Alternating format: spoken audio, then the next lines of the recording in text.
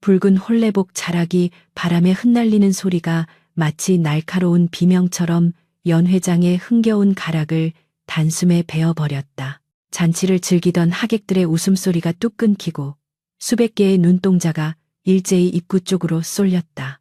그곳에는 서리빨 같은 냉기를 품은 여인 미령이 서 있었다. 그녀의 손에는 검게 칠을 하고 자개로 화려하게 수놓은 함 하나가 들려 있었는데 그 함에서 뿜어져 나오는 기이한 한기가 주변의 공기를 차갑게 얼어붙게 만들었다. 신랑 복색을 갖춰 입고 사모관대를 쓴 김진사는 그 여인을 보자마자 마치 귀신이라도 본 듯 사색이 되어 뒷걸음질 쳤다. 그의 입술이 파르르 떨리며 무언가 말하려 했으나 목구멍이 턱 막힌 듯 아무런 소리도 나오지 않았다. 미령은 그런 김진사를 향해 입꼬리만 살짝 올린 채 천천히, 아주 천천히 걸음을 옮겼다. 그녀가 한 발자국 내디딜 때마다 바닥에 깔린 멍석 위로 보이지 않는 서슬퍼런 살기가 피어올랐다. 김진사의 눈동자는 공포로 인해 걷잡을 수 없이 흔들리고 있었다. 불과 달포 전까지만 해도 자신의 품에 안겨 사랑을 속삭이던 여인, 아니 여우가 저기에 서 있었다. 그는 식은땀을 줄줄 흘리며 옆에 선 신부의 손을 꽉 움켜쥐었다. 영의정의 귀한 따님인 신부는 영문도 모른 채 남편 될 사람의 손이 얼음장처럼 차가운 것에 놀라 그를 쳐다보았다. 서방님, 어찌 그러십니까? 아는 분이십니까? 신부의 물음에도 김진사는 대답할 수 없었다. 감히 입을 열었다가는 저 요물이 당장이라도 자신의 목을 물어뜯을 것만 같았기 때문이다. 미령은 그 꼴을 보며 속으로 피를 토하듯 비웃었다. 천년을 기다려온 인간이 되는 날, 그토록 믿었던 정인에게 배신당해 짐승으로 남게 된 원한이 뼈에 사무쳤다. 오늘 이 자리는 김진사에게는 영광의 시작일지 모르나 미령에게는 피로 씻어야 할 복수의 재단이었다. 연 회장은 순식간에 찬물을 끼얹은 듯 고요해졌고 오직 미령의 옷자락 스치는 소리와 그녀가 드남 속에서 달그락거리는 정체불명의 소리만이 들려왔다. 하객들 사이에서 수군거림이 일기 시작했다. 저 여인은 누구인가? 저토록 아름다운 여인이 어찌 저리도 무서운 눈빛을 하고 있단 말인가? 누군가 속삭였지만 미령의 귀에는 그 소리마저도 아득하게 들렸다. 그녀의 시선은 오로지 김진사의 심장을 꿰뚫을 듯 고정되어 있었다. 미령이 마침내 김진사와 신부 앞 5걸음 거리에 멈춰섰다. 그녀는 들고 있던 자개암을 마치 깨지기 쉬운 보물이라도 다루듯 조심스럽게 가슴 높이로 들어올렸다. 김진사 나으리, 이 경사스러운 날에 옛 정인이 빈손으로 올 수야 있겠습니까? 나으리의 앞날을 비추어줄 귀한 선물을 가져왔습니다. 미령의 목소리는 옥구슬이 굴러가듯 맑고 고와했으나 그 안에 담긴 뜻은 비수처럼 날카로웠다. 김진사는 미령의 목소리를 듣자마자 다리에 힘이 풀려 주저앉을 뻔했다. 그 목소리는 과거 가난한 선비 시절 밤새 글을 읽는 자신을 위해 등잔볼 심지를 돋워주며 다정하게 속삭이던 바로 그 목소리였다. 그러나 지금은 지옥에서 올라온 저승사자의 호출처럼 들렸다. 그는 떨리는 목소리로 겨우 입을 열었다. 네, 네가 감히 여기가 어디라고 발을 들이느냐, 썩 물러가지 못할까. 김진사는 호통을 쳐서 두려움을 감추려 했으나 그의 목소리는 겁에 질려 갈라져 나왔다. 하인들이 주춤주춤 다가왔지만 미령이 눈길 한번 주자 그 기세에 눌려 누구도 감히 그녀의 몸에 손을 대지 못했다. 미령은 코웃음을 쳤다. 물러가라니요. 천년의 약조를 헌신짝처럼 내버리고 가시님이 그리워 내 직접 일이 찾아왔거늘 섭섭한 말씀을 하십니다. 미령의 말에 좌중이 술렁거렸다. 천년의 약조라니 도대체 무슨 말인가. 영의정의 얼굴이 불그락 푸르락 변해갔다. 사위될 자가 과거에 어떤 여자와 정을 통했는지는 알 바 아니나 혼례식장에서 이런 소동이 벌어지는 것은 가문의 수치였다. 영의정은 헛기침을 하며 엄하게 꾸짖었다. 이 무슨 해괴망측한 짓인가. 썩 저 미친 여인을 끌어내라. 그 명령에 건장한 사내 종들이 몽둥이를 들고 달려들었다. 하지만 미령은 눈 하나 깜짝하지 않았다. 그녀의 눈동자가 순간적으로 붉은 빛을 띠는가 싶더니 달려들던 종들이 보이지 않는 벽에 부딪힌 듯 튕겨나갔다. 사람들은 경악하며 비명을 질렀고 혼례청은 순식간에 아수라장이 되었다. 미령은 여전히 온화한 미소를 띠고 있었지만 그 미소는 보는 이의 등골을 오싹하게 만들었다. 놀라지 마십시오. 해치러 온 것이 아닙니다. 그저 돌려드릴 것이 있어 왔을 뿐. 미령은 한 발짝 더 다가가 함을 신랑 신부 앞에 내려놓았다. 덜컹하는 소리가 유난히 크게 울렸다. 김진사는 그 함을 보는 순간 심장이 텄는 것 같았다. 그것은 자신이 과거 급제를 위해 산 공부를 하러 들어갔을 때 미령이 정성스레 싸준 옷가지와 서책을 담아주었던 바로 그 함이었다. 그리고 그 안에는 자신이 출세를 위해 팔아넘긴 양심과 미령의 껍데기를 벗고 사람이 되기 위해 모아온 정기가 담겨 있을 터였다. 그는 본능적으로 알았다. 저 함이 열리는 순간 자신의 모든 거짓된 영광은 모래성처럼 무너져 내릴 것임을 김진사는 사색이 되어 소리쳤다. 저 함을 치워라. 당장 불태워 버려라. 하지만 미령의 시선이 김진사를 퇴삼했다.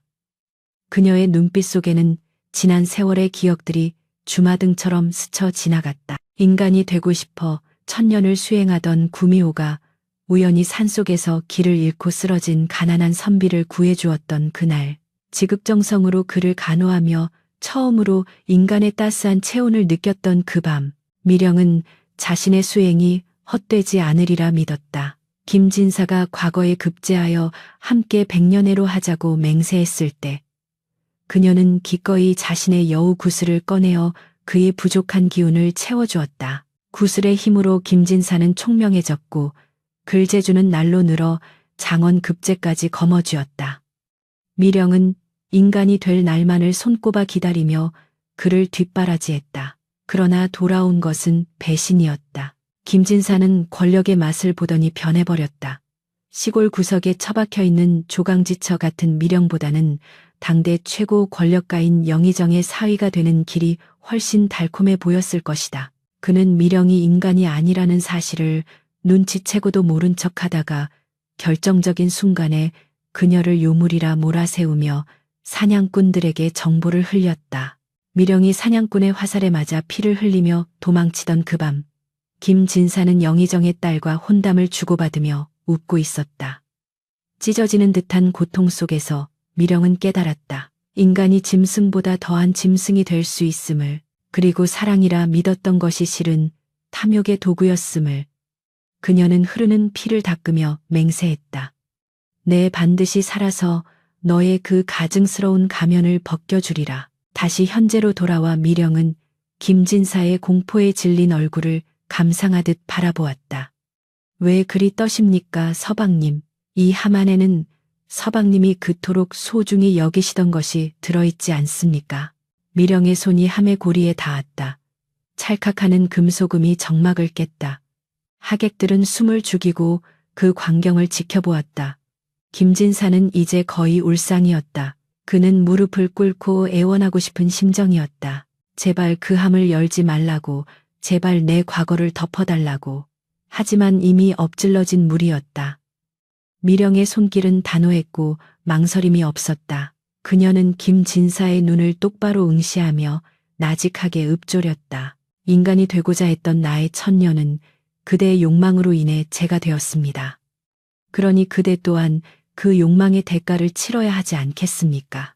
신부인 영의정의 딸은 이 기이한 상황을 견디지 못하고 휘청거렸다. 그녀는 본능적으로 남편 될 사람에게서 불길한 기운을 느꼈다. 김진사에게서 풍기는 식은땀, 냄새와 공포, 그리고 저 아름다운 여인이 뿜어내는 압도적인 위압감 사이에서 그녀는 현기증을 느꼈다. 대체 당신은 누구입니까? 그리고 이 사람은 당신에게 무슨 짓을 한 것입니까? 신부가 떨리는 목소리로 물었다. 미령은 시선을 잠시 신부에게 돌렸다. 가여운 여자, 자신처럼 겉모습과 가머니설에 속아 평생을 고통받을 뻔한 또 하나의 희생양. 미령의 눈빛이 잠시 부드러워졌으나 이내 다시 차갑게 굳어졌다. 지금은 동정을 베풀 때가 아니었다. 썩은 살은 도려내야만 새살이 돋는 법이다. 부인께서는 이 사내의 껍데기만 보셨습니다. 제가 가져온 이 함 속에 들어있는 것이야말로 김진사라는 사내의 진짜 알맹이지요. 미령은 그렇게 말하며 함 뚜껑을 천천히 들어 올리기 시작했다. 끼익하는 소름 끼치는 소리와 함께 함이 열렸다.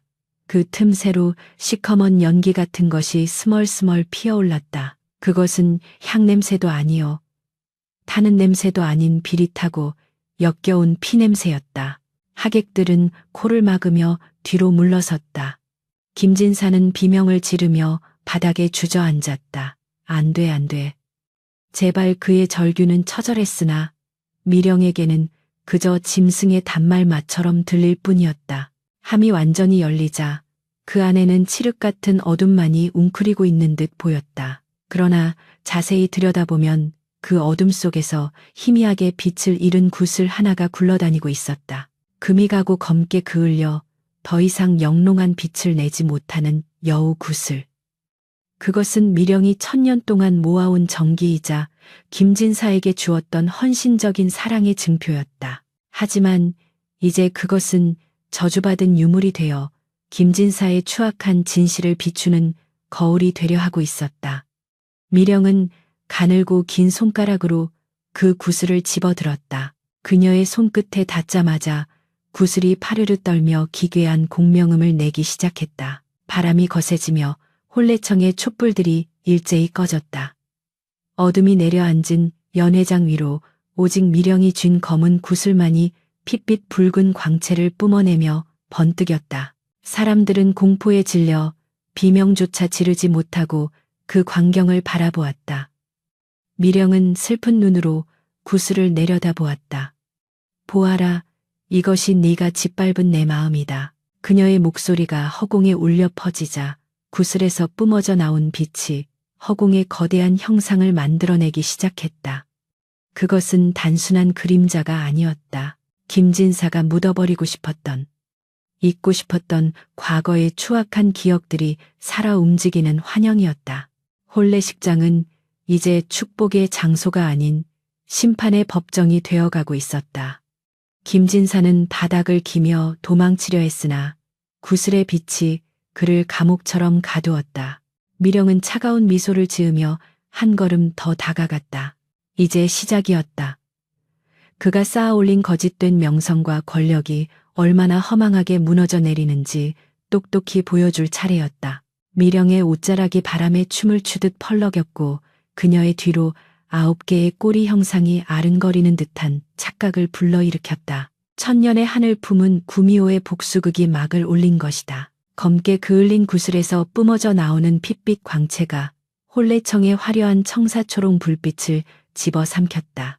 그 기이하고도 서늘한 붉은 기운은 마치 살아있는 짐승의 혀처럼 연회장 구석구석을 핥으며 사람들의 숨통을 조여왔다. 방금 전까지 흥겨운 풍악에 맞춰 춤을 추던 기생들은 비명 한 번 지르지 못한 채 바닥에 엎드렸고 술잔을 기울이던 고관대작들은 헛기침조차 하지 못하고 얼어붙은 석상처럼 굳어버렸다. 오로지 미령만이 그 붉은 안개 속에서 하얀 소복 자락을 펄럭이며 우뚝 서 있었다. 그녀의 눈가에는 1000년을 묵혀온 원망이 서린 물기가 맺혀 있었으나 그 눈물은 볼을 타고 흐르는 대신 붉게 충혈된 눈동자 안에서 도끼 서린 안광으로 타오르고 있었다. 김진사는 자신의 눈앞에서 일어나는 이 믿기 힘든 광경에 턱이 덜덜 떨려 이가 부딪히는 소리를 냈다. 딱딱딱딱.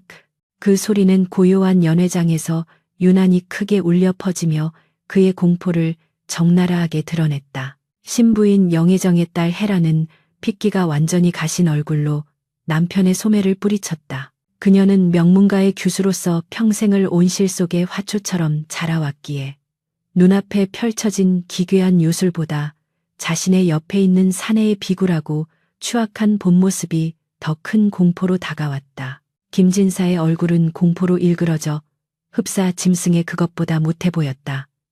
헤라는 뒷걸음질 치며 떨리는 목소리로 중얼거렸다. 서방님, 이것이 다 무슨 조화입니까? 저 여인은 누구이며 저 검은 구슬은 또 무엇입니까? 그녀의 물음은 허공에 흩어질 뿐 김진사의 귀에는 닿지 않았다. 그의 온 신경은 오직 미령의 손에 들린 저주받은 구슬. 아니 한때는 자신의 생명줄이자 출세의 동아줄이었던 그 물건에 쏠려 있었다. 저것이 깨지면 끝이다. 저것이 입을 열면 나는 죽는다. 그 생각만이 그의 머릿속을 맴돌며 이성을 마비시켰다. 미령은 헤란의 두려움 가득한 눈빛을 읽었다. 그녀는 천천히 고개를 돌려 헤란을 바라보았다. 그 눈빛은 차가웠으나 동시에 깊은 연민을 담고 있었다. 아가씨 두려워 마십시오. 내 원한은 그대에게 향한 것이 아닙니다. 다만 그대가 평생을 의탁하려 했던 이 사내가 과연 어떤 껍데기를 뒤집어 쓰고 있는지 그 진면목을 보여주려 할 뿐입니다. 미령의 목소리는 낮고 부드러웠으나 뼈를 때리는 힘이 있었다. 그녀는 다시 김진사를 향해 시선을 돌렸다. 그리고 한 손으로 구슬을 받쳐들고 다른 한 손으로는 허공을 가볍게 휘저었다. 그러자 붉은 안개가 소용돌이치며 형상을 빚어내기 시작했다. 그것은 낡고 허름한 초가삼간의 풍경이었다. 찬바람이 숭숭 들어오는 문풍지 꺼져가는 등잔불. 그리고 그 아래서 추위에 떨며 붓을 쥐고 있는 꾀죄죄한 몰골의 사내. 바로 김진사의 과거였다. 하객들은 눈앞에 펼쳐진 환영에 숨을 죽였다. 천하의 문장가로 칭송받으며 붓끝 하나로 조정을 뒤흔든다던 김진사의 과거라고는 믿기지 않을 만큼 초라하고 비참한 모습이었다. 환영 속에 김진사는 배고픔을 참지 못해 마른 붓을 입에 물고 훌쩍이고 있었고 그런 그의 어깨에 낡은 속옷을 걸쳐주는 여인의 뒷모습이 보였다. 바로 미령이었다. 미령은 환영을 바라보며 나직이 읊조렸다. 기억나십니까, 나으리. 서산 마루에 해가 지고 늑대 울음소리가 들려오면 무서워 제 품으로 파고드시던 그 밤들을 쌀독이 바닥나 풀뿌리로 죽을 쏘아 올리면 그것마저 미안하다며 눈물로 드시던 그 시절을 말입니다. 김진사는 고개를 저으며 귀를 막으려 했으나 손이 말을 듣지 않았다. 그의 몸은 보이지 않는 끈에 묶인 듯 꼼짝달싹 할 수 없었다. 그만해, 그만하란 말이다. 저 요망한 것이 사람들을 현혹하고 있다. 김진사는 찢어지는 목소리로 비명을 질렀다. 장인어른 대감마님, 저것은 여우입니다. 사람의 간을 빼먹는 구미호란 말입니다. 어서 궁수들을 불러 쏘아 죽이십시오. 그는 영의정을 향해 필사적으로 외쳤다. 영의정은 혼란스러운 표정으로 사위와 미령을 번갈아 보았다. 구미호라니, 전설 속에나 나오는 요물이 제 발로 걸어 들어왔다는 말인가. 그러나 영의정의 눈에도 미령은 그저 하늘 품은 여인으로 보일 뿐 흉측한 요괴로는 보이지 않았다. 오히려 광기에 사로잡혀 침을 튀기며 소리 지르는 김진사의 모습이 더 요물에 가까워 보였다. 영의정은 차갑게 일갈했다. 자네 채통을 지키게 지금 자네의 몰골이 어떤지 아는가. 미령은 김진사의 발악을 비웃듯 구슬을 더욱 높이 들어 올렸다. 오냐, 내가 구미호다. 천년을 산 짐승이다. 허나 짐승인 나도 은혜를 알고 정을 아는데 만물의 영장이라 자부하는 너는 어찌 짐승만도 못하단 말이냐. 미령의 손에서 구슬이 윙윙거리며 진동했다. 그 소리는 마치 수천 마리의 여우가 동시에 우는 듯한 공명음이었다. 네가 장원급제를 하던 날 내가 내게 무엇을 주었더냐. 내 천년의 수행이 담긴 인간이 되기 위해 목숨보다 아끼던 여우 구슬을 내 입에 물려주지 않았더냐. 내 그 썩어빠진 머리로는 천자문 하나 떼기도 힘들었을 것을 내 구슬의 기운을 빌려 천하의 문장가가 된 것이 아니더냐. 미령의 폭로의 장래는 충격에 휩싸였다. 김진사의 천재적인 글재주가 본인의 것이 아니라 요물의 힘을 빌린 것이라니. 사람들은 수군거리기 시작했다. 어쩐지 갑자기 글이 트였다 하더니 옛날에는 난 놓고 기역자도 모른다는 소리를 듣던 위인 아니었나. 하객들의 의심 어린 눈초리가 김진사의 심장을 찔렀다. 김진사는 얼굴이 흑빛이 되어 고개를 떨구었다. 그것은 그가 가장 감추고 싶었던 치부였다. 그는 자신이 정말로 천재라고 믿고 싶었다. 미령의 구슬을 받은 후 머릿속에 안개가 걷히듯 글자들이 춤을 추고 문장들이 샘물처럼 솟아나던 그 황홀경을 자신의 능력이라 착각하며 살아왔다.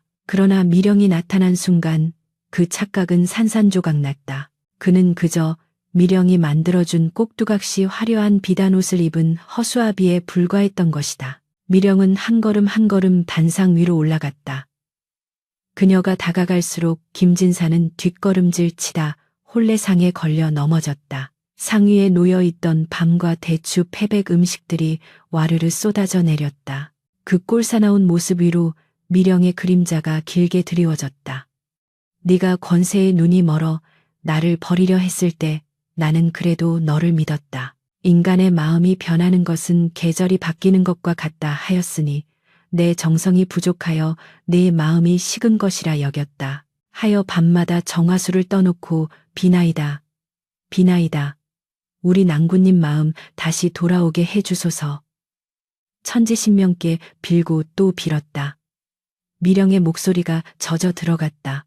허나 너는 내 기도가 하늘에 닿기도 전에 사냥꾼을 불렀지. 내 출세길에 방해가 된다는 이유로 너를 위해 모든 것을 바친 나를 내 가죽을 벗겨 팔아넘기려 하지 않았느냐. 마지막 외침과 함께 미령의 눈에서 붉은 눈물이 한 방울 뚝 떨어졌다. 그 눈물이 바닥에 닿자 치익하는 소리와 함께 흰 연기가 피어올랐다. 그것은 단순한 눈물이 아니라 한이 서린 맹독이었다.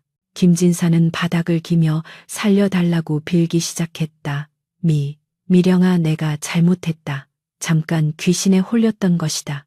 제발 제발. 목숨만은 그의 비굴한 애원은 오히려 미령의 분노를 부채질할 뿐이었다. 미령은 싸늘한 표정으로 그를 내려다보았다. 귀신에 홀려 하니 너는 귀신에 홀린 것이 아니라 네 안의 탐욕에 잡아먹힌 것이다. 네가 입고 있는 그 관복, 네가 쓰고 있는 그 사모, 네가 쥐고 있는 그 권력, 그 모든 것이 내 피와 살로 만든 껍데기다. 이제 그 껍데기를 벗길 시간이 되었다. 미령은 손에 든 구슬을 김진사의 가슴팍으로 들이밀었다. 그러자 구슬이 자석처럼 김진사의 몸에 달라붙으려 했다. 김진사는 뜨거운 인두가 닿은 듯 비명을 지르며 몸부림쳤다. 안 돼, 내 거야. 내 재주야. 이건 내 힘이라고. 그는 허공을 향해 팔을 휘저었지만 이미 그의 몸에서 기운이 빠져나가고 있었다. 구슬이 가까워질수록 김진사의 피부는 급격히 탄력을 잃고 쭈글쭈글해져 갔으며 검고 윤기 나던 머리카락은 하얗게 새기 시작했다. 팽팽했던 젊음과 기백은 순식간에 증발하고 그 자리에는 욕심 많고 옹졸한 늙은이의 형상만이 남아가고 있었다. 하객들은 비명을 지르며 눈을 가렸다. 영의정은 딸을 감싸 안고 뒤로 물러섰다. 헤라는 공포에 질려 기절할 듯 하면서도 눈앞에서 벌어지는 인과응보의 현장에서 눈을 떼지 못했다.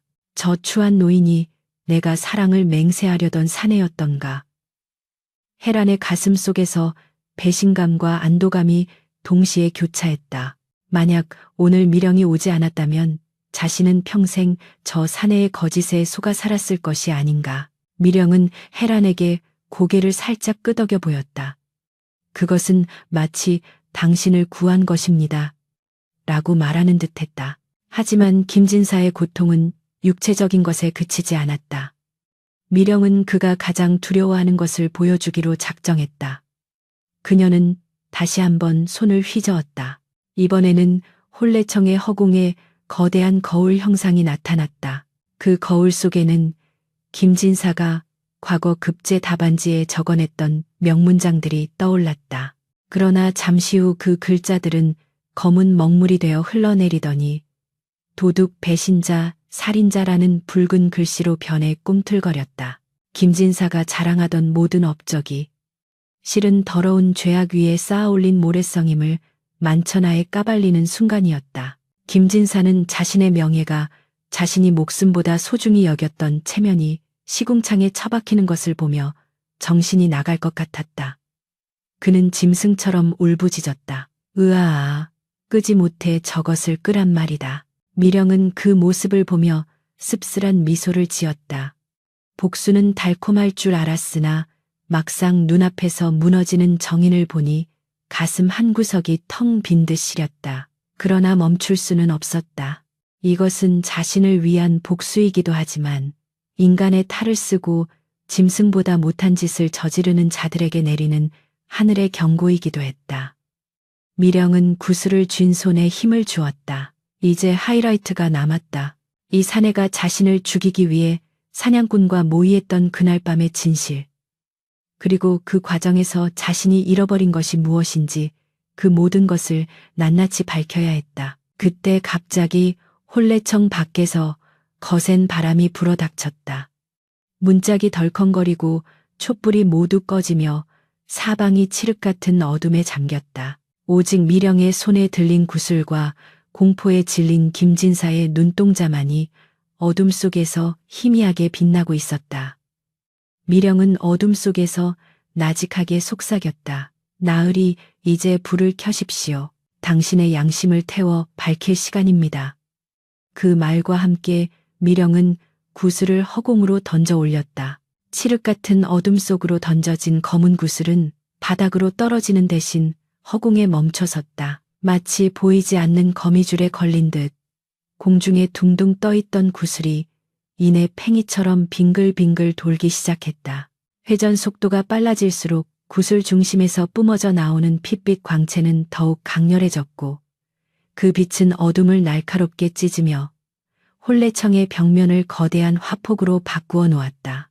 사람들은 숨소리조차 내지 못한 채 그 기이한 광경에 압도되었다. 미령은 서늘한 눈빛으로 그 빛의 중심을 응시하며 입을 열었다. 보십시오. 이것이 바로 김진사. 당신이 그토록 감추고 싶어 했던 그날 밤의 추악한 거래입니다. 그녀의 말이 끝나기가 무섭게 벽면에 투영된 붉은 빛 속에서 희미한 형상들이 구체적인 모습을 갖추기 시작했다. 그것은 비가 억수같이 쏟아지던 어느 늦은 밤, 인적이 드문 주막의 뒷방 풍경이었다. 눅눅한 곰팡이 냄새와 싸구려 탁주의 비릿한 향이 환영을 통해 흘러나오는 듯했다. 환영 속의 김진사는 지금보다 훨씬 젊었으나 눈빛만은 탐욕으로 번들거리고 있었다. 그 맞은편에는 얼굴에 흉터가 깊게 패인 험상궂은 인상의 사냥꾼이 앉아 있었다. 사냥꾼이 탁자의 엽전 꾸러미를 툭 던지며 비열하게 웃었다. 이게 정말입니까? 그 계집이 천년 묵은 여우란 말입니까? 여우 가죽 중에서도 으뜸이라는 구미호의 가죽을 얻을 수 있다면 내 이 돈의 10배라도 드리리다. 환영 속의 김진사는 주위를 두리번거리며 엽전 꾸러미를 황급히 소매 속에 감추었다. 그리고 목소리를 낮춰 속삭였다. 조용히 하게. 누가 들으면 어쩌려고 그러는가. 오늘 밤 자시츠지 그녀가 정기를 모으기 위해 뒷산 바위굴로 들어갈 것이네. 그때가 기회야. 여우 구슬을 토해내고 무방비 상태가 되었을 때 숨통을 끊어버리게. 김진사의 입에서 나온 말은 잔인하기 그지없었다. 가죽은 자네가 가져가고 나는 그 구슬만 챙기면 되네. 그 구슬만 있으면 나는 장원급제는 따놓은 당상이야. 그리고 뒤탈이 없도록 시시는 짐승들이 파먹게 내버려 두게. 혼례청은 충격으로 얼어붙었다. 빗소리에 섞여 들려오는 김진사의 목소리는 너무나도 또렷했고 그 내용은 악마의 속삭임보다 더 끔찍했다. 자신의 출세를 위해 자신을 사랑해준 여인을, 그것도 인간이 되기를 그토록 갈망하며 정성을 다했던 존재를 사냥꾼에게 팔아넘기려 했다는 사실은 단순한 배신을 넘어선 패륜이었다. 신부 헤라는 입을 틀어막고 헛구역질을 했다. 그녀는 방금 전까지 자신이 남편으로 맞이하려 했던 사내가 사람의 탈을 쓴 악귀였음을 확인하고 전율했다. 영의정의 얼굴은 분노로 붉게 타올랐다. 감히 이런 천하의 잡놈을 사위로 들일 뻔했다니. 가문의 수치이자 일생일대의 실수였다. 영의정은 옆에 있던 호위 무사에게 눈짓을 했다. 무사들이 칼자루를 움켜쥐며 김진사를 에워싸기 시작했다. 환영은 계속되었다. 사냥꾼이 활시위를 당기는 장면, 화살이 미령의 어깨를 관통하는 장면, 피를 흘리며 절규하는 미령의 모습이 파노라마처럼 펼쳐졌다. 고통스러워하는 미령의 비명소리가 환영을 뚫고 나와 하객들의 귓가에 생생하게 울렸다. 그것은 단순한 소리가 아니라 뼈를 깎는 아픔과 믿었던 이에 대한 배신감이 응축된 영혼의 울음이었다. 미령은 그 장면을 바라보며 눈시울을 붉혔다. 천년의 세월 동안 수많은 인간을 보아왔지만 자신이 사랑했던 사내가 이토록 잔혹할 수 있다는 사실은 여전히 가슴을 후벼 파는 고통이었다. 그녀는 천천히 김진사를 향해 고개를 돌렸다. 보았느냐, 네가 잊고 싶어 했던, 아니 잊었다고 착각했던 네 죄악의 증거를. 김진사는 바닥에 엎드린 채 고개를 들지 못했다. 그의 몸은 이제 완전히 쭈글쭈글한 노인의 것으로 변해 있었고 입고 있는 화려한 홀레복이 너무 커서 헐렁거렸다. 그는 부들부들 떨며 쉰 목소리로 중얼거렸다. 아니다. 저건 요술이다. 저 여우년이 나를 모함하는 것이다. 하지만 그의 목소리에는 힘이 없었다. 이미 모든 진실이 드러난 마당에 그의 변명을 들어줄 사람은 아무도 없었다. 그때 미령이 손을 뻗어 허공에 떠있던 구슬을 낚아챘다. 치익 하는 소리와 함께 미령의 손바닥에서 하얀 연기가 피어올랐다. 타락한 인간의 욕망으로 더러워진 구슬은 본래의 주인인 미령에게조차 거부 반응을 일으키고 있었다. 미령은 손바닥이 타들어가고 있었지만 표정 하나 변하지 않고 구슬을 꽉 쥐었다. 그 고통보다 더 큰 아픔이 그녀의 심장에 박혀 있었기 때문이다. 나으리 기억나십니까? 제가 구슬을 들이던 날 나으리가 뭐라 하셨는지. 미령은 고통을 참으며 한 걸음 더 다가갔다. 김진사는 뒷걸음질 치다 벽에 등을 부딪혔다. 미령의 눈빛은 슬픔을 넘어선 허무함으로 가득 차 있었다. 나으리는 말씀하셨지요. 이 구슬이 내 심장이 되고 내 머리가 되어 부디 너와 함께 백년해로 하는 밑거름이 되게 하겠다고. 헌데 그 맹세는 어디 가고 썩은 욕망만 남았습니까? 미령이 쥐고 있던 구슬을 김진사의 눈앞에 들이대자 구슬 안에서 검은 기운이 뱀처럼 기어나와 김진사의 목을 감았다. 김진사는 숨이 막혀 칡새거렸다. 살려줘. 내가 잘못했어. 제발. 그때 신부 혜란이 떨리는 다리를 지탱하며 앞으로 나섰다. 그녀의 얼굴은 창백했지만 눈빛만은 결연했다. 그녀는 머리에 꽂고 있던 화려한 비녀를 뽑아 바닥에 내동댕이 쳤다. 쨍그랑하는 맑은 소리가 긴장된 공기를 갈랐다. 더 이상 듣고 싶지 않습니다. 이 혼례는 파혼입니다. 혜란의 목소리는 단호했다. 그녀는 아버지인 영의정을 바라보며 말했다. 아버님, 저는 짐승만도 못한 자와 한 이불을 덮을 수 없습니다. 저 여인의 말이 사실이라면 이 자는 관직을 삭탈하고 형벌을 받아야 마땅합니다. 영의정은 딸의 말에 고개를 끄덕였다. 내 딸의 말이 옳다. 여봐라, 당장 저 죄인을 포박하라. 내일 날이 밝는 대로 의금부로 압송하여 그 죄를 낱낱이 물을 것이다. 군졸들이 달려들어 김진사를 포박하려 했다. 궁지에 몰린 쥐가 고양이를 문다고 했던가. 김진사는 갑자기 품 안에서 무언가를 꺼내 들었다. 그것은 누렇게 바랜 종이에 붉은 글씨가 쓰인 부적이었다. 그는 광기에 어린 눈으로 소리쳤다. 오지 마라. 다들 오지 마. 그리고 너 요물. 네가 나를 죽이러 올 줄 알고 내가 준비해둔 것이 있다. 김진사는 부적을 미령을 향해 내던지며 주문을 외웠다. 악귀야, 물러가라. 천지신명이시여, 저 요괴를 멸하소서. 부적이 허공에서 불타오르며 강력한 파열음을 냈다. 펑하는 소리와 함께 자욱한 연기가 피어올랐고 그 충격으로 군졸들이 뒤로 나자빠졌다. 김진사는 이 틈을 타 열린 뒷문으로 도망치려 했다. 비틀거리는 노굴 어취를 이끌고 필사적으로 기어가는 그의 모습은 추악이 그지없었다. 그러나 미령은 피하지 않았다. 부적에서 뿜어져 나온 기운이 그녀의 몸을 강타했지만 그녀는 눈 하나 깜짝하지 않았다. 오히려 그녀의 입가에 씁쓸한 미소가 번졌다. 고작 생각한다는 것이 그따위 부적이란 말이냐. 미령의 목소리에는 깊은 실망감이 묻어났다. 그녀가 손을 휘젓자 연기가 거치고 도망치던 김진사의 앞길을 보이지 않는 벽이 가로막았다. 김진사는 허공에 머리를 들이받고 뒤로 나뒹굴었다. 미령은 천천히 그에게 다가갔다. 네가 믿는 그 부적은 사악한 귀신을 쫓는 물건이다. 하지만 나는 귀신이 아니다. 나는 너를 사랑했던, 그리고 너에게 배신당한 살아있는 생명이다. 내 죄책감이 만들어낸 공포가 너를 귀신으로 보이게 할 뿐. 미령은 김진사 앞에 쭈그리고 앉아 그의 눈을 들여다보았다. 나으리 도망칠 곳은 없습니다. 이곳은 나으리가 만든 지옥이니까요. 미령은 품에서 작은 단도를 꺼냈다. 은장도였다. 과거 김진사가 정표라며 주었던 여인의 정절을 지키라던 그 칼. 김진사는 칼을 보자 더욱 사색이 되었다. 미령아, 제발 우리 좋았던 시절을 생각해서라도. 미령은 칼집을 잡고 천천히 칼날을 뽑았다. 서늘한 칼날이 촛불빛을 받아 번뜩였다. 좋았던 시절이라. 그래, 좋았었지. 네가 글을 읽어주면 나는 옆에서 바느질을 하고 비가 오면 부침개를 부쳐 먹던 그 시절. 나도 그 시절이 그리워 천년의 삶을 버리고 인간이 되고 싶었다.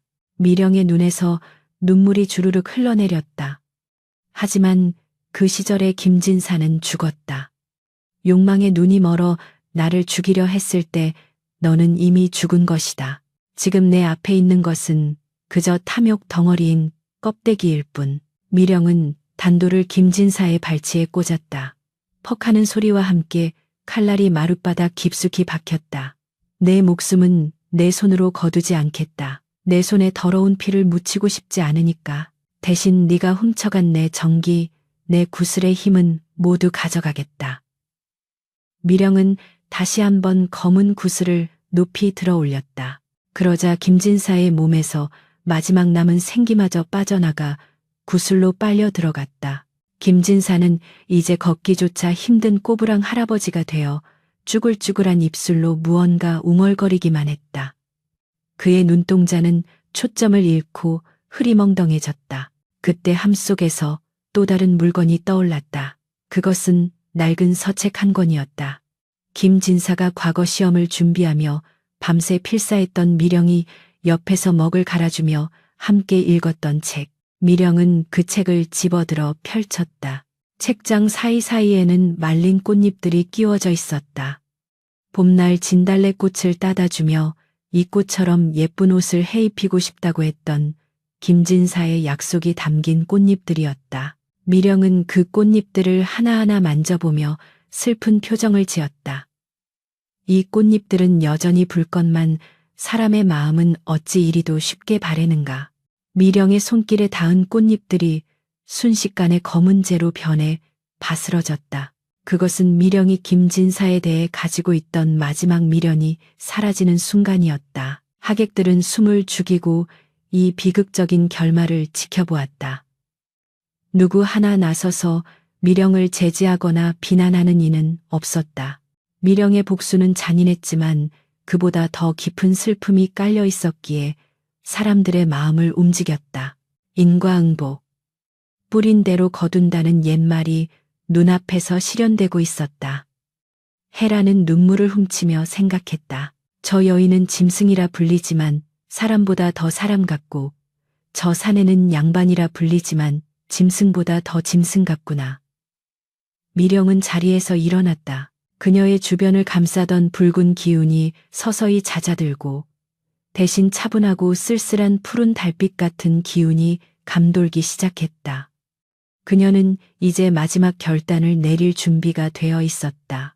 김진사, 너는 평생을 네가 그토록 원하던 권력과 명예의 허상 속에서 고통받으며 살게 될 것이다. 사람들은 너를 손가락질할 것이고 너는 네 자신의 그림자조차 두려워하게 될 것이다. 그것이 내가 너에게 내리는 형벌이다. 미령의 선언은 엄숙했다. 김진사는 바닥에 쓰러진 채 멍한 눈으로 허공을 응시했다. 그의 입에서 침이 질질 흘러내렸다. 그는 이미 미쳐버린 듯했다. 과거, 장원급제, 영의정, 사위. 그가 중얼거리는 단어들은 공허하게 흩어졌다. 미령은 돌아섰다. 그녀의 등 뒤로 9개의 꼬리가 희미하게 일렁였다. 이제 그녀는 이곳을 떠나야 했다. 인간 세상에 대한 미련은 모두 태워버렸다. 하지만 그녀의 손에 들린 검은 구슬은 여전히 뜨거웠다. 이 구슬을 어떻게 처리할 것인가. 다시 삼킬 수도 버릴 수도 없는 애물단지가 되어버린 천년의 정기. 미령은 밤하늘을 올려다보았다. 구름 사이로 보름달이 얼굴을 내밀고 있었다. 달빛이 미령의 창백한 얼굴을 비추었다. 가자, 이제 산으로 돌아가자. 그녀는 스스로에게 속삭였다. 그때 영의정이 조심스럽게 입을 열었다. 부인 잠시 멈추시오. 내 이자의 죄를 물을 터이니 증자로 가져온 그 문서를 내게 넘겨줄 수 있겠소. 영의정이 가리킨 것은 환영 속에서 김진사가 사냥꾼과 썼던 각서였다. 미령은 잠시 망설이다가 소매 속에서 피 묻은 종이 한 장을 꺼냈다. 실제 각서였다. 미령은 그것을 바닥에 떨어뜨렸다. 바람이 불어 종이가 영의정의 발치로 날아갔다. 영의정의 떨리는 손끝이 바닥에 떨어진 핏빛 각서를 집어들었다. 바람에 팔락거리는 종이 소리가 마치 마른 낙엽이 부서지는 소리처럼 적막한 혼례청을 갈랐다. 그는 미간을 잔뜩 찌푸린 채 흐릿한 달빛에 의지하여 그 종이에 적힌 글귀들을 읽어 내려갔다. 한 줄 두 줄 읽어 내려갈수록 영의정의 얼굴은 경악과 분노로 붉게 달아올랐다가 이내 창백하게 질려갔다. 그곳에는 인간의 언어라기보다는 악마의 계약서에 가까운 내용들이 적나라하게 적혀 있었다. 여우의 가죽을 벗겨 넘기는 대가로 은전 500냥을 받는다. 구슬을 취하여 장원급제의 밑거름으로 삼고 뒤탈이 없도록 산짐승의 먹이로 던져준다. 글자 하나하나가 피로 쓰인 듯 붉고 선명하여 보는 이의 눈을 찌르는 듯했다. 영의정은 믿을 수 없다는 듯 고개를 저으며 바닥에 널브러진 사위를 내려다보았다. 네 이놈, 내 놈이 정령 사람의 탈을 쓰고 이토록 끔찍한 폐륜을 저질렀단 말이냐. 영의정의 호통 소리가 우레와 같이 터져나오자 하객들은 숨조차 제대로 쉬지 못하고 몸을 움츠렸다. 그동안 김진사를 칭송하며 줄을 대려했던 고관대작들은 혹여나 자신들에게 불똥이 튈까봐 슬금슬금 뒷걸음질 쳤고 김진사의 가문을 부러워하던 이들은 혀를 차며 경멸해 눈빛을 보냈다. 세상에 저런 짐승만도 못한 자가 우리 고을의 자랑이라니. 어쩐지 눈빛이 음흉하다 했어. 여기저기서 터져나오는 비난의 화살들이 늙고 병든 김진사의 귀에 꽂혔다.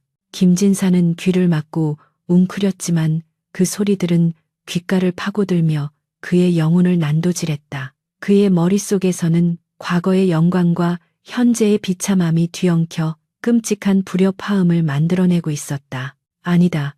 아니야. 저건 조작된 것이다. 저 요물이 요술을 부려 글자를 바꾼 것이다. 김진사는 마지막 남은 힘을 짜내어 악을 썼다. 그의 목소리는 쇠가 긁히는 듯 거칠고 흉했다. 그는 비틀거리며 일어나 영의정의 바짓가랑이를 잡고 늘어졌다. 장인어른 믿어주십시오. 제가 어찌 그런 짓을 하겠습니까? 저는 억울합니다. 저 여우년이 내 앞길을 막으려고 수작을 부리는 겁니다.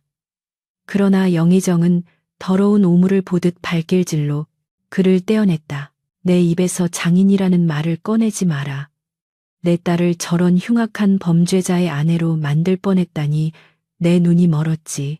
여봐라, 당장 이자를 포박하여 형조로 넘겨라. 국법으로 다스려 그 죄를 만천하에 알릴 것이다. 군졸들이 다시금 달려들어 김진사를 담으려 했다. 그때였다.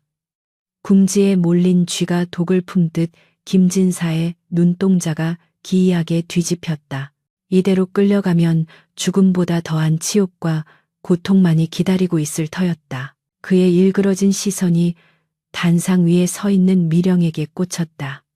모든 것이 저 여자 때문이다. 저것만 없었더라면, 저 입만 다물게 했더라면 나는 영의정의 사위가 되어 부귀영화를 누렸을 것이다. 끓어오르는 증오와 광기가 그의 이성을 완전히 집어삼켰다. 김진사는 군졸의 허리춤에서 순식간에 칼을 빼앗아 들었다. 죽어버려. 너만 없으면 돼. 위험해. 사람들이 비명을 지르는 사이 늙고 쇠약해진 육체라고는 믿기지 않을 만큼 빠른 속도로 김진사가 미령을 향해 달려들었다. 칼날이 번뜩이며 미령의 심장을 노렸다. 해라는 공포에 질려 비명을 질렀고 영의정은 다급히 손을 뻗었으나 이미 늦은 듯 보였다. 그러나 미령은 피하지 않았다. 아니, 피할 생각조차 없어 보였다. 그녀는 그저 슬프고도 연민 어린 눈으로 자신을 죽이러 달려오는 옛 정인을 바라볼 뿐이었다. 칼끝이 미령의 가슴에 닿기 직전 그녀의 손에 들려있던 검은 구슬이 스스로 허공으로 떠올랐다. 카앙. 날카로운 금속음과 함께 김진사의 칼이 산산조각 났다. 구슬에서 뿜어져 나온 강력한 파동이 칼날을 가루로 만들어버린 것이었다. 김진사는 그 충격으로 뒤로 튕겨나가 바닥에 처박혔다. 부러진 칼자루만 쥔 채 덜덜 떨고 있는 그의 손 위로 검은 구슬이 천천히 내려앉았다. 구슬은 마치 살아있는 심장처럼 쿵쿵쿵 박동하며 붉은 빛을 내뿜고 있었다. 미령은 나직한 목소리로 말했다. 아직도 깨닫지 못했느냐. 그 칼조차 내가 너에게 준 마음으로 만든 것이거늘. 네가 나를 해치려 할수록 그것은 너 자신을 찌르는 칼이 될 뿐이다. 김진사는 바닥을 기며 뒷걸음질 쳤지만 구슬은 끈질기게 그를 따라갔다. 오지마. 오지마. 그의 입에서 공포에 질린 신음이 흘러나왔다. 미령은 허공을 향해 손을 뻗었다. 이제 그만하자. 이 구슬에 담긴 너의 탐욕과 나의 미련, 그 모든 업보를 여기서 끝내겠다. 미령이 주먹을 꽉 쥐자 구슬에 금이 가기 시작했다. 지지직적. 구슬 표면이 갈라지며 그 틈새로 눈부신 백색 광채가 새어나왔다. 그것은 정화의 빛이자 파멸의 빛이었다. 안 돼. 내 구슬, 내 힘 깨뜨리지 마. 김진사는 구슬이 깨지는 것을 보자 마치 자신의 몸이 찢기는 듯한 고통을 느끼며 절규했다. 그 구슬은 지난 세월 그를 지탱해온 유일한 힘이었기 때문이다. 그러나 미령의 결심은 확고했다. 부서져라. 그리고 사라져라. 미령의 외침과 함께 구슬이 완전히 산산조각 났다. 펑. 거대한 폭발음과 함께 눈부신 빛의 폭풍이 혼례청을 휩쓸었다. 사람들은 눈을 뜰 수 없어 팔로 얼굴을 가렸다. 빗속에서 검은 연기들이 비명을 지르며 하늘로 흩어졌다. 그것은 김진사의 몸에 붙어있던 삿된 기운들과 미령의 구슬을 오염시켰던 욕망의 찌꺼기들이었다. 잠시 후 빛이 잦아들고 연기가 거치자 드러난 광경은 처참하고도 허망했다. 바닥에는 머리가 하얗게 새어버린 김진사가 멍한 눈으로 앉아 있었다. 그는 더 이상 비명을 지르지도 화를 내지도 않았다. 그저 입을 해벌리고 침을 흘리며 허공을 향해 손가락질하며 킬킬거릴 뿐이었다. 나비야, 나비야, 이리 날아오너라. 내 비단옷 줄게. 그는 완전히 미쳐버린 것이다. 구슬이 깨지면서 그나마 그를 지탱하고 있던 인간으로서의 최소한의 지성마저 모두 날아가 버렸다. 그는 이제 과거의 영광도 현재의 치욕도 모르는 그저 숨만 쉬는 껍데기가 되어버렸다. 영의정은 그 모습을 보며 긴 한숨을 내쉬었다. 자업자득이로다. 하늘의 그물이 성긴 듯해도 빠져나갈 구멍은 없다더니 옛말 틀린 것 하나 없구나. 그는 군졸들에게 손짓했다. 저 미치광이를 끌어내라. 더 이상 내 눈에 띄지 않게 하라. 군졸들이 김진사를 짐짝처럼 끌고 나갔다. 김진사는 끌려가면서도 계속해서 알 수 없는 헛소리를 중얼거렸다. 장원급제, 여우, 구슬, 내 거야. 그의 목소리가 멀어질수록 홀레청에는 무거운 침묵만이 감돌았다. 미령은 깨진 구슬 조각들이 흩어진 자리를 바라보았다. 천년의 수행이 인간이 되고자 했던 그 간절한 소망이 한 줌의 가루가 되어 사라졌다. 가슴 한구석이 뻥 뚫린 듯 시려왔지만 동시에 묵직하게 짓누르던 족쇄가 풀린 듯한 해방감도 느껴졌다. 그녀는 씁쓸한 미소를 지으며 몸을 돌렸다. 이제 이곳에 더 머물 이유는 없었다. 그때 누군가 미령의 옷자락을 조심스럽게 잡았다. 신부 헤란이었다. 헤란은 눈물 범벅이 된 얼굴로 미령을 올려다보았다. 그녀는 천천히 무릎을 꿇고 미령에게 큰 절을 올렸다. 양반과 규수가 요물이라 불리는 존재에게 절을 하는 것은 있을 수 없는 일이었지만 아무도 그녀를 말리지 않았다. 감사합니다. 저를 구해주셨습니다. 당신이 아니었다면 저는 평생 저 악마의 소나귀에서 속고 살았을 것입니다. 제 인생을 구해주신 은혜 죽어도 잊지 않겠습니다. 헤란의 진심 어린 목소리에 미령의 차가웠던 눈빛이 잠시 흔들렸다. 인간에게 배신당해 인간을 증오하려 했으나 또 다른 인간에게서 위로를 받는 아이러니라니. 미령은 헤란을 일으켜 세우며 그녀의 눈물을 닦아주었다. 그녀의 손길은 더 이상 서늘하지 않고 따스했다. 이러이소, 그대는 죄가 없습니다. 다만 사람을 볼 때 겉모습이나 배경보다는 그 마음의 깊이를 들여다보는 눈을 가지시길 바랍니다. 그것이 제가 그대에게 주는 마지막 혼수입니다. 미령은 영의정에게도 가볍게 목례를 했다. 영의정은 복잡한 표정으로 미령을 바라보다가 깊이 고개를 숙여 답례했다. 그것은 인간 대 요괴가 아니라 딸을 구한 은인에 대한 예우였다. 미령은 엉망이 된 홀레청을 뒤로 하고 천천히 걸음을 옮겼다. 그녀가 지나가는 길마다 모세의 기적처럼 사람들이 길을 터주었다. 두려움보다는 경외심이 가득한 눈빛들이었다. 홀레청 문을 나서자 차가운 밤 공기가 미령의 뺨을 스쳤다. 하늘에는 둥근 보름달이 환하게 떠서 그녀의 앞길을 비추고 있었다. 멀리서 산짐승의 울음소리가 들려왔다. 이제 돌아갈 시간이다. 인간의 옷을 벗고 인간의 말을 잇고 자연의 품으로 돌아가야 할 시간.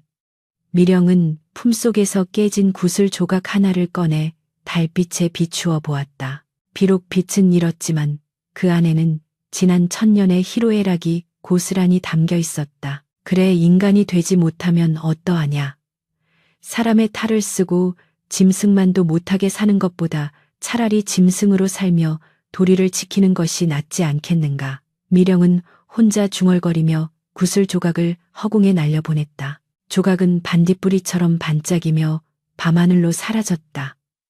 미령의 발걸음은 올 때보다 훨씬 가벼웠다. 그녀의 등 뒤로 9개의 꼬리 그림자가 선명하게 달빛을 받아 일렁였다. 홀레청한 사람들은 여전히 멍하니 미령이 사라진 곳을 바라보고 있었다.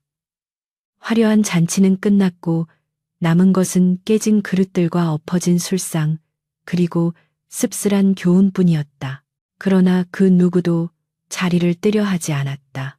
오늘 밤 그들이 목격한 것은 단순한 소동이 아니라 평생 잊지 못할 기이하고도 슬픈 전설의 한 페이지였기 때문이다. 계절이 바뀌어 찬바람이 불고 낙엽이 우수수 떨어지는 늦가을이 되었다. 그날의 떠들썩했던 홀레청 소동은 입에서 입을 타고 널리 퍼져나가 이제는 고을 삼척동자도 다 아는 기이한 전설이 되어 있었다. 김진사의 집안은 풍비박산이 났다. 천하의 명필이라 칭송받던 김진사가 실은 요물의 힘을 빌린 껍데기에 불과했다는 사실. 그리고 출세를 위해 조강지처나 다름없던 여인을 죽이려 했다는 패륜이 밝혀지자 가문은 하루아침에 역적 취급을 받으며 몰락했다. 소슬 때문은 굳게 닫혔고 담장 너머로는 잡초만이 무성하게 자라나 흉가처럼 변해버렸다. 사람들은 그 집 앞을 지날 때마다 재수 없다며 침을 뱉거나 혀를 차며 빠르게 지나칠 뿐이었다. 장터 어귀에는 웬거지 하나가 멍석을 뒤집어 쓰고 앉아 있었다. 헝클어진 머리카락은 새둥지처럼 엉겨 붙었고 얼굴은 숯검정이 묻어 형체를 알아보기 힘들었다. 그가 바로 한때 장원 급제자라며 온 고을의 부러움을 샀던 김진사였다. 그는 지나가는 사람들의 바짓가랑이를 붙잡고 해실해실 웃으며 구걸했다. 여보시오. 혹시 내 굿을 못 보았소? 반짝반짝 빛나는 내 굿을 말이오. 그거만 있으면 내가 다시 영의정 사위가 되는데. 히히히. 사람들은 그를 피하며 수군거렸다. 저 양반 아직도 정신을 못 차렸구먼. 춘춘 인과응보지. 여우가 흘린 피눈물을 닦아주지는 못할 망정 칼을 꽂았으니 천벌을 받은 게야. 김진사는 사람들이 던져주는 식은 주먹밥을 허겁지겁 주워 먹으면서도 눈동자는 여전히 허공을 맴돌며 보이지 않는 구슬을 찾고 있었다.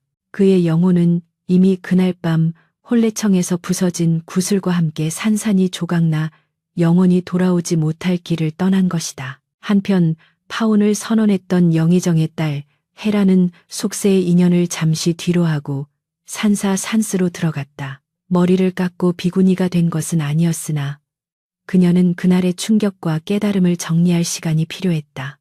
산사의 새벽 종소리가 울려 퍼지는 시간. 헤라는 법당에 촛불을 켜고 기도를 올렸다. 그녀의 기도는 자신의 안위를 위한 것이 아니었다. 어리석은 인간의 탐욕에 희생당한 이름 모를 여우 여인을 위한 위로의 기도였다. 부디 그곳에서는 인간이 되려 애쓰지 마시고 그저 자유로운 바람으로 흐르는 물로 평안하시옵소서. 헤라는 합장하며 눈을 감았다. 그녀는 그날 밤 미령이 보여주었던 슬픈 눈빛을 평생 잊지 못할 것 같았다. 짐승이라 불리던 존재가 인간보다 더 깊은 정과 의리를 가지고 있었음을, 그리고 인간이라 자부하던 자가 짐승보다 못한 탐욕을 품고 있었음을 뼈저리게 깨달았기 때문이었다. 헤라는 이제 화려한 비단옷이나 가문의 명예 따위에는 마음을 두지 않게 되었다. 그녀는 가난한 이들을 돕고 병든 자들을 돌보며 미령이 남기고 간 진심을 보는 눈을 실천하며 살아가기로 다짐했다. 깊은 산속 인간의 발길이 닿지 않는 골짜기에는 벌써 첫눈이 내리고 있었다. 하얗게 눈 덮인 바위 위에 한 여인이 앉아 있었다. 미령이었다. 그녀는 더 이상 인간의 옷을 입고 있지 않았다. 하얀 털이 섞인 고운 옷자락이 바람에 날리고 머리 위로는 쫑긋한 여우 귀가, 등 뒤로는 풍성한 9개의 꼬리가 당당하게 펼쳐져 있었다. 그녀는 인간이 되고자 스스로 잘라내려 했던 그 꼬리들을 이제는 부끄러워하지 않았다. 오히려 그것들은 그녀가 겪어온 천년의 세월과 고통, 그리고 깨달음의 훈장처럼 고고하게 빛나고 있었다. 미령의 곁에는 작은 산짐승들이 모여들어 그녀의 온기를 나누고 있었다. 다람쥐 한 마리가 그녀의 무릎 위로 올라와 도토리를 까먹었고 사슴 한 마리가 다가와 그녀의 손등을 핥았다. 미령은 부드러운 손길로 사슴의 머리를 쓰다듬었다. 인간이 된다는 것이 무엇이 관대네. 그리도 목을 메었을고. 미령은 나직이 독백했다. 그녀의 목소리는 이제 슬픔이나 원망이 섞여 있지 않았다. 그저 맑은 계곡물처럼 투명하고 담담할 뿐이었다. 그녀는 아래쪽 세상을 내려다보았다. 저 멀리 개미떼처럼 작게 보이는 마을들이 옹기종기 모여 있었다. 그곳에서는 여전히 사람들이 서로 속이고 미워하고 더 많이 가지기 위해 아기다툼을 벌이고 있을 터였다. 미령은 깨달았다. 두 발로 걷고 말을 한다고 해서 모두가 사람인 것은 아니라는 것을. 진정한 인간다움이란 겉모습이 아니라 타인의 아픔에 공감하고 신의를 지키는 따뜻한 마음 속에 있다는 것을. 그리고 자신은 비록 여우의 형상을 하고 있으나 그 마음만은 누구보다 인간다웠음을 이제는 알았다. 그러니 구태여 껍데기를 바꾸려 애쓸 필요가 없어진 것이다. 미령아, 이제 되었다. 허공에서 바람을 타고 들려오는 듯한 목소리가 있었다. 그것은 산신의 목소리일 수도 혹은 미령 자신의 내면의 소리일 수도 있었다. 미령은 자리에서 일어났다. 그녀가 발걸음을 떼자 눈 위에 찍힌 발자국은 여인의 것이었다가 점차 여우의 것으로 변해갔다. 그녀는 이제 완전한 자유를 얻었다. 누군가에게 사랑받기 위해 자신을 깎아내릴 필요도, 인정받기 위해 본성을 숨길 필요도 없었다. 그녀는 산이 되고 바람이 되고 구름이 되어 이 산하를 떠돌 것이다. 가끔은 길 잃은 나그네의 길잡이가 되어주고, 가끔은 욕심 많은 사냥꾼을 골탕 먹이기도 하면서 그렇게 유유자적하게 살아갈 것이다. 밤이 깊어지자 구름 사이로 둥근 달이 떠올랐다. 달빛이 설산을 비추자 온 세상이 은가루를 뿌린 듯 반짝였다. 미령은 달을 향해 고개를 들고 길게 울음소리를 내었다. 아우우. 그 소리는 처량하지 않고 웅장하게 메아리쳐 산맥을 넘어 멀리 멀리 퍼져나갔다. 마을 사람들은 잠결에 그 소리를 듣고 이불을 머리끝까지 뒤집었었지만 헤란마는 창문을 열고 달을 바라보며 미소 지었다. 부디 안녕히 가십시오. 이야기는 여기서 끝을 맺는다. 훗날 사람들은 그 산을 여우고개라 불렀고, 비가 오나 눈이 오나 누군가를 하염없이 기다리는 사람을 보면 김진사 꼴 난다며 혀를 찼다. 그리고 혼례를 앞둔 처녀들에게는 어머니들이 을에 이런 당부를 하곤 했다. 사내의 겉모습에 현혹되지 말고 그 마음속에 구슬이 있는지 똥이 들었는지 잘 살펴야 한다. 미령이 남긴 그 칠기함은 전설 속으로 사라졌지만 그녀가 세상에 던진 매서운 교훈은 천년이 지난 지금도 사람들의 입을 통해 전해 내려오고 있다. 진정한 사랑은 희생을 강요하는 것이 아니라 서로의 본 모습을 아껴주는 것이며, 탐욕의 끝은 언제나 파멸이라는 단순하고도 준엄한 진리를. 눈 덮인 산길 위로 찍힌 여우 발자국 하나가